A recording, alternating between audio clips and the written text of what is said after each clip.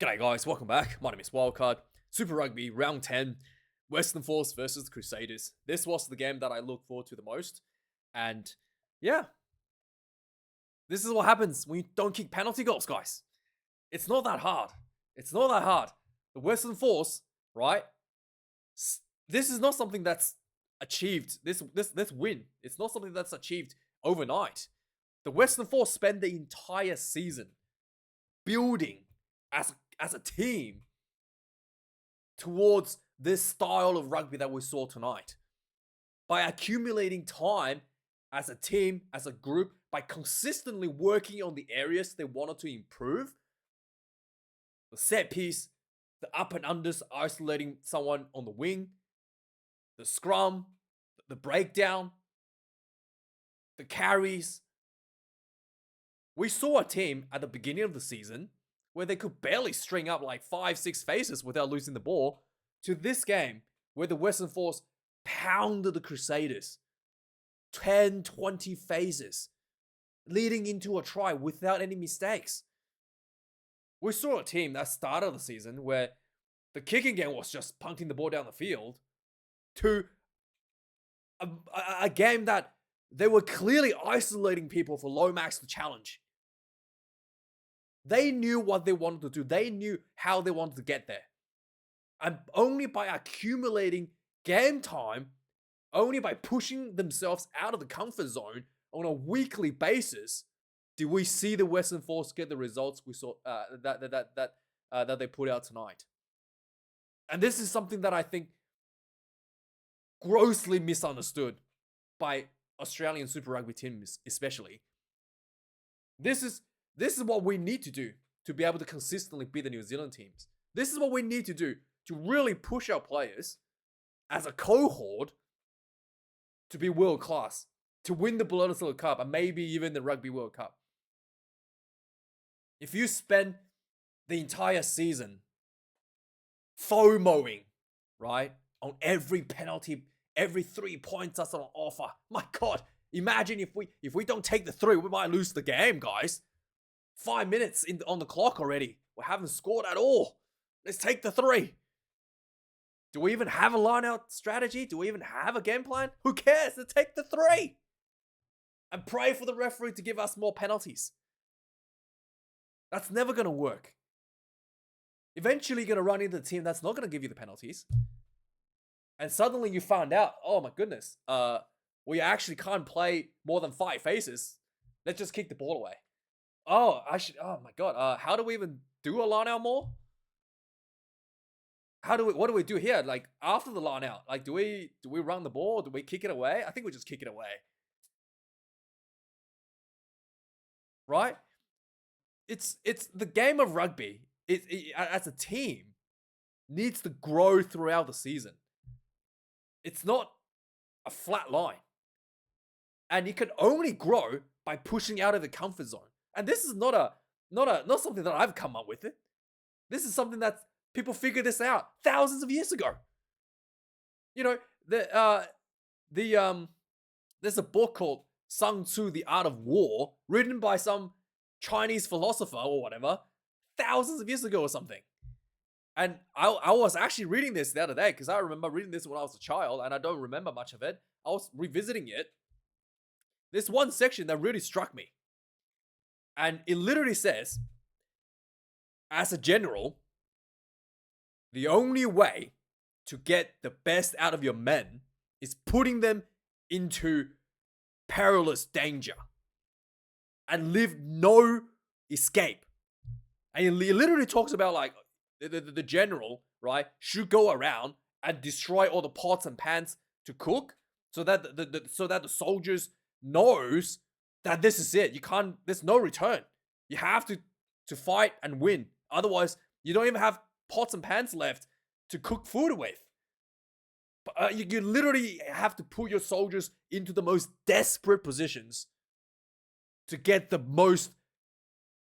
best performance out of them, the most likely win for your army. Now, obviously, rugby is not quite to that extent, the extreme, but it's the same idea. You have to push out of your comfort zone. You have to put your players in a desperate situation, right? Yeah, maybe we'll kick a bunch of penalties. We could have just closed out this game against the Crusaders with a historical win. Or you just tell the players, kicking penalties is not an option. You have to score to win the game. That's when the pressure is really on. That's when you know who wants to be a professional athlete, who wants to be a Wallaby player, who wants to dig in and fight for that inch to get the try or hold the defensive line.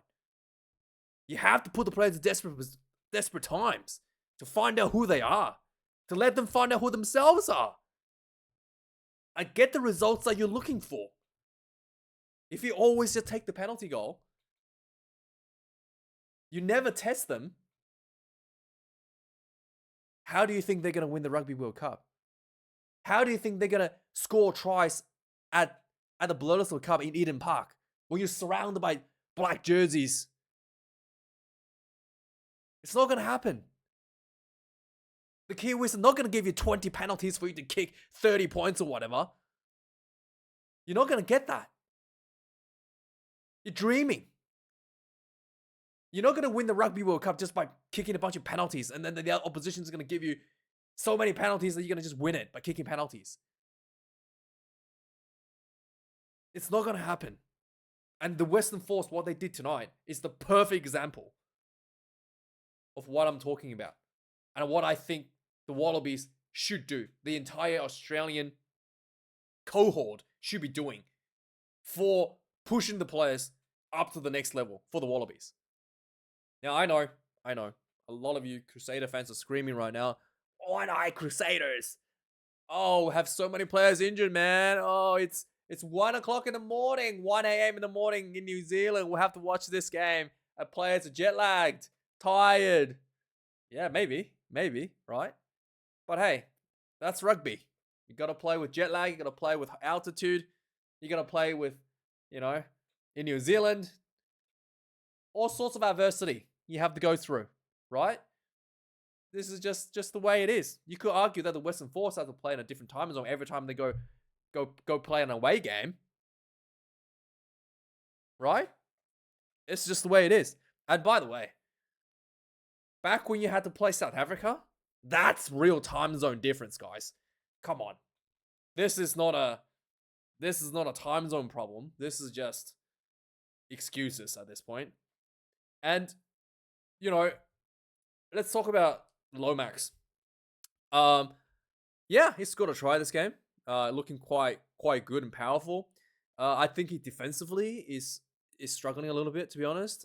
He was decent under the high ball. And the one thing that I really liked is that the Western Force actually tried to isolate people for him to challenge to see what the sort of limit that he can bring. Again, it's, you got to test your players.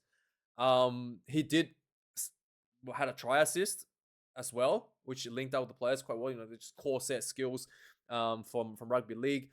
He did some cleanouts, and I really, there was one little bit I thought was really interesting. He did understand the laws of rugby quite well. There was one point when the ball went out, and then it was like the Crusaders throw, and he just like kicked the ball onto a Crusader player that was sitting on the bench. Just kicked it onto him, like on the leg.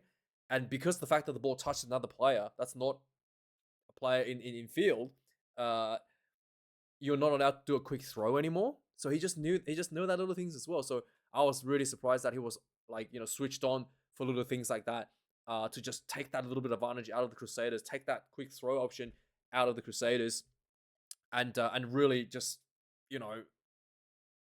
just shows that at least he's learning a lot of this intricacies of the game of rugby. And one of the things that, in addition to that, I thought the Western Force overall as a team really picked their fights really well. They knew when to run and they knew when to kick. They knew, there was one point in the second half, they built like 20, 30 phases to score a try without kicking the ball away. And there were times when they were they're kicking the ball, they're trying to set out Lomax for the up and unders. And there were times there were times they were kicking it deep. There were times they kick in shallow, but they knew they were picking the fights. They were picking the fights, I think, really, really well. You know, if you were to compare to the Brumbies earlier in tonight, up and under, guys. Up and under. It just really failed to play the game of rugby. Really failed to analyze what's happening in front of them. And I think Donaldson just did an outstanding job again tonight, telling the players what he wants, setting things up, directing trap, setting up the pods, and just really overall master planned this win, this comeback win, let's not forget, against the Crusaders. There was one point in the first half, the Western Force was facing down 19 points nil deficit. They hardly got into the Crusaders half at all. And they got in the Crusaders half, got a penalty. They backed themselves. They didn't take the penalty goal, didn't just kick 3 points on the board. A lot of teams do this. Let's put 3 points on the board, guys, so that we at least we get the 0. And somehow they justify this as mentally we feel better now because we're mentally, the 0 is off the board. The only mental thing you're doing is taking the easy way out. Just like I said, that was written in Song 2. The only thing you're doing is giving yourself an excuse to go a little bit easier, to not push yourselves to your limit, to not put yourself in that desperate, to not have to put yourself in that desperate situation where you have to score a try. Otherwise, yes, you will be going to halftime with 0 points on the board. The dread of going to halftime with 0 points. Oh my goodness. Let's take the 3, guys. No, Western Force did not do that. Just before halftime as well, there was a penalty, maybe a little bit out of range for Donaldson. Most teams would have taken the 3. Western Force backed themselves. Yes, they did not score. But hey, guess what? They made a statement. They're here to play rugby. They're here to build fatigue, right? The Crusaders came out firing. Second half, the energy level just fell off a cliff because of the sustained pressure from the Western Force. The Crusaders came into this game probably thinking that knowing that they're the favorites to win. And the Western Force, by not kicking those especially that penalty before halftime, it's a statement of intent. And by applying more pressure in the second half, that statement of that simple statement of intent became a reality. That simple statement of intent became a fear inside the Crusaders players. And as the fatigue built in the second half, the Kiwis are still human. They will make mistakes. They will drop the ball. They will miss their passes. And the Western Force capitalized on it. Right? You gotta push yourselves. You gotta push your opposition. You can't, one of the biggest mistakes that Australian teams make is capitulating. Oh my God, it's the New Zealand teams. Oh my God, we're so grateful we got 3 points. The Kiwis are grateful you only took 3 because now they can save their energy to run the ball at you. Now they don't have to worry. You're actually posing as a threat. They can just freely willy do whatever they want.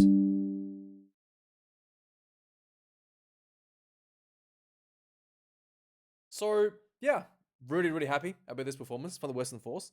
I can only hope that more Australian teams do this. Hopefully the Waratahs turn a bit of a corner this week, not kicking penalties against Moana Pacifica.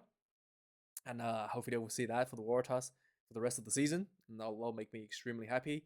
When it comes to the Brumbies, I don't know. I don't know what the Brumbies can do. The Reds as well. I don't know. You guys have to figure that out yourself, right? Do you want to be professional athletes, or do you want to be, take the easy way out and just mentally take the easy way out and make yourselves feel better, and then never really amounts to anything of greatness, right?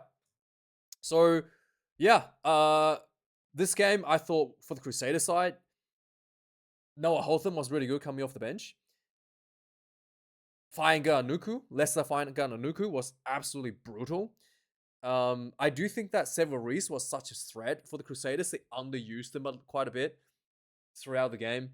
And the Crusaders forwards really, really good early on, and second half just wasn't quite to match up the same physicality that the Western Force was able to dish out for sustained periods. So the match stats of the game: 5 tries for the Western Force, 342 run meters, to the Crusaders 4 tries, 612 meters. My goodness, just never relent. Passes: 156 passes for the Western Force, 200 for the Crusaders.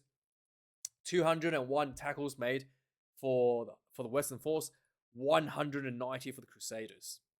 19 missed tackles, less than 10%. 21 missed tackles, just slightly higher than 10% for the Crusaders. There's a very good tackle completion rate for both teams. How can Crusaders run 612 meters whilst Western Force only missed 19 tackles? 19 defenders beaten. Oh yeah, because Fainganuku was just belting through people, right? Is that what happened? Yeah, Fainganuku was just way too good at breaking defenders. Kicks in play: 29 kicks in play for the Western Force, 27 for the Crusaders. 2 missed penalties. Donaldson, 1 for the Crusaders. 832 kick meters for the Western Force, 653 for the Crusaders. Lineouts: 16 for the Western Force, 1 lost. 5 for the Crusaders, 3 lost. My goodness. Scrums quite even overall. I thought the Crusaders had a little bit of advantage over the scrums, and I did think that there was one penalty. It looked like the Western Force loose set folded in, and the penalty was given to the Western Force. I did think that was the wrong decision there. Finally, the discipline. Let's just refresh this, make sure it's correct. 7 penalties conceded for the Western Force. Really good. 1 yellow card. 12 penalty for the Crusaders. 1 yellow card as well. Both of these yellow cards are a result of repeated penalties. The Western Force was started out, just gave you a huge amount of penalties. I got a warning and got a yellow card right away. And that really contributed to the snowballing 19 points that they were conceding, and it was looking like it was going to be a blowout. And sure enough, they kept the pressure on and actually made a comeback. So yeah, the Crusaders on the other hand, second half was pretty much almost like a mirror image of the first half, but the Crusaders was giving away way too many penalties, got a yellow card, and then the Western Force was just belting in points to getting themselves back to the level scoreboard. It was quite an interesting game. There was one of the tries as well, 2 fingertip tries, 1 for each team. I think the referee, something Eddie Jones talked about, actually balancing stuff out, try to balance the teams out. I do, to be honest, think that the try Dylan Peach scored probably should not be a try. He looked like the ball rolled out of the side of his arm and didn't look like it was conclusively grounded with pressure, to be honest with you. But the referee felt like if they given the one for George Bridge, I didn't think George Bridge one was sufficient enough, because it did look like the ball may have detached it, maybe just fingertips before it was pressed down. So it did look like there was a bit of separation there as well. So I guess it's fair. Both teams had a kind of like questionable try. I know some of the Crusaders are saying, "Oh, George Bridger was clear." It did look like the fingertips may or may not be. It's inconclusive, right? Because if the try was, if the referee said it was a try, then sure. If the referee said there was no try, that bit of a questionable whether the finger was touching the ball or not before it was pressed down, is not enough to overrule the no try decision, or like no decision on the field. But yeah, I thought both of them kind of was 50-50, but I guess it balances out overall. That's not too crazy. And then we've got the what happened, and then there was there anything else? So 2 yellow cards for repeated penalties as well. So yeah, quite an even Steven when it comes to the referees decisions on the field today. So let's do a quick recap of the game. 5 minutes into the game, Kemena, a little chip over the top and recovered himself. He was tackled, he popped off the ground to Several Reese, and Reese passed the ball, a flat pass, quick pass to Bell, crashed over for the first try of the game. 4 minutes in, 7 points to 0. And then there was just repeated penalties from the Western Force, a yellow card to Champion de Cribney. 17 minutes, the Crusaders had another penalty from a scrum. They did a quick tap and go. There was a little backdoor pass from McLeod to Fainganuku, ran in for the try. 14 points to 0. 21 minutes in the game. This was a little kicks through by I think it was who was it that did the kick through? I think it was um yeah, what what's his name? Yeah, one of the guys did the little kick through from the side for the Crusaders, and then McNichol ran him. Is it Johnny McNichol? Yeah, he grounded the ball with fingertips. 19 points to nil, and then 34 minutes in, finally the Western Force got themselves some time inside the Crusaders half.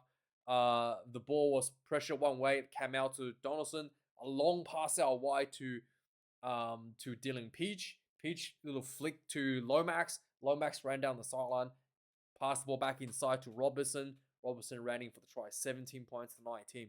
Just before halftime, Tizano tried to go in for a try, was held up. Probably got a bit too eager. Second half, come out of the sheds. 4 minutes in, Western Force had a penalty that went for the more. Lomax joined the more as well, and then eventually Robertson, the halfback, got the ball out. And he looked out and he saw his opposite number in front of him, just a bit of a step, ran in for the try, 14 points to 19 with a penalty advantage there. 53 minutes into the game, the Western Force built a lot more multiple faces, multiple penalty advantage. Western Force had a more. There was what happened here? The more there was, I think there was center field crash ball. The ball eventually went out to Donaldson. Donaldson swung the ball out wide. Lomax was just standing out there, no one in front of him. He got the ball, ran into the corner. 19 points to 19, leveled the scoreboard. 57 minutes into the game, Gardner, I think that's the white guy did it. Gardner, the lock, he ran down the sideline, and then 1-on-1 Lomax, he actually kind of juked him, bumped over broke the tackles through, and then linked up with his teammates. A few passes. Noah Hotham ran through under the sticks. 19 points to 26. I felt like this might be a forward pass here, but anyway, they get ahead 26 points to 19. 61 minutes, there was more repeated penalties against the Crusaders. There was a collapsing of a more, and the yellow card was issued to Cahill against the Crusaders. While they're playing the bin, the Western Force backed themselves for a quick maul with no jump, and then bunch of pick and goes, and eventually Dylan Peach, fingertip try maybe, went in. I felt like this one got no try, but went in for the try, 24 points to 26. They missed the conversion there. 69 minutes in the game. The Western Force, again, just building a tremendous amount of pressure in front of the Crusaders try line. Lots of pick and goes, and eventually Harry Johnson Holmes picked and go for the try, 31 points to 26. Just before full time is 75 minutes. It looked like the Crusaders scored. There was a Springer, put a ball up and under. The ball bounced on the ground, and then Sable Reese got it, and then he threw the ball back to Springer, to Kemena. Kemena, it wasn't Springer, it was Kemena did up and under, and then he got the ball back from Sable Reese, and then he sprung the ball wide to Springer, and Springer, the Springer eventually ran into the corner for the try. It looked like this was pretty dire for the Western Force, but then the referee went back and up and under. He bounced off, and he kind of came off the hand of Sable Reese into Johnson Holmes in front of him before he scooped up the ball and popped it out to Kemena. So this was a no try, and got out of jail for Western Force there. And then finally, 79 minutes, Tizano gets a turnover, and that is that. History being made. 31 points to 26. Western Force wins this one. Thanks for watching, guys. Like, comment, subscribe. I'm extremely tired. I'm actually 2 o'clock in the morning as well watching this. And thanks for watching. Have a good one. Cheers.